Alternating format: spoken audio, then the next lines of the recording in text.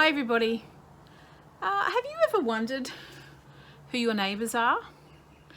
There's a guy in the Bible who asks this very question, and Jesus uses a story to tell us all about it. And that's the story of the Good Samaritan. I'm pretty sure you've heard this story before. Well, I have a bunch of neighbours, and this is our street here, and these are their houses. And for some of the people in this street, I know them really well, and other people, I know them a little bit, and some of them I don't really know at all. But I'd like to think that if something bad happened to me in this street, that the people who live near me would come out and just want to help straight away. Although, the start of the Good Samaritan story, that's not really what happens. The Good Samaritan is in Luke chapter 10, and Jesus talks about a man who was robbed and bashed and how two men from his own country walked past him. Two important people, but neither of them stopped, or did they help. But someone did stop and help, and they were a true neighbour.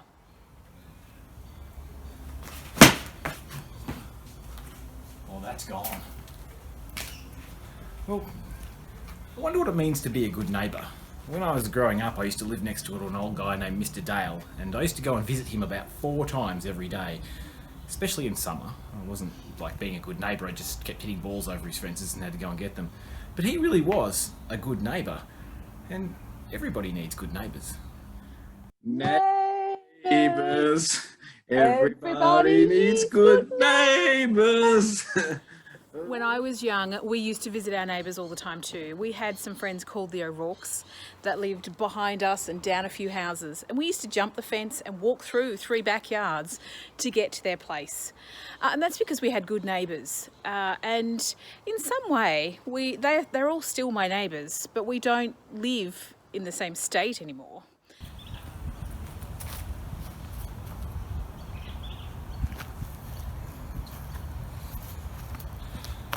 You see, according to the story of the Good Samaritan, you don't need to live next door to someone to be their neighbour.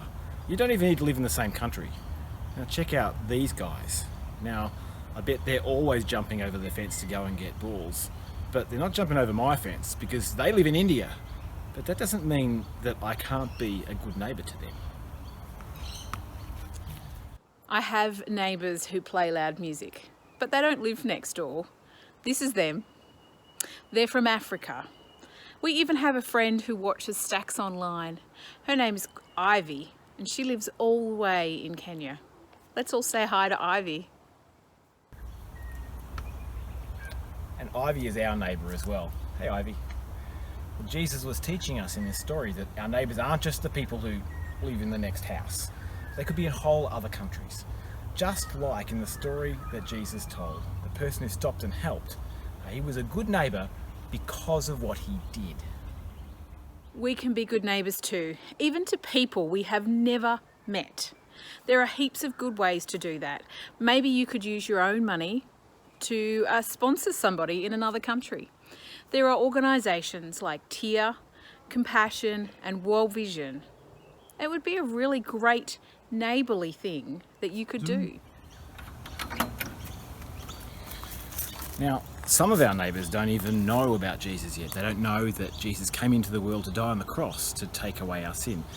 So maybe we can pray for them as well. Pray that they do get to know Jesus. Maybe through some of the missionaries that St. Alfred's and other churches send out, so that they will hear about how great he is and all he's done for them. We can pray for some of those missionaries or support them with our own money. You could ask your parents how you could do that. And you could pray for these neighbourly people, and when you're older, you might become one of them. Well, we hope you've enjoyed our Kids Talk today. Get on STAKS online for some more fun activities.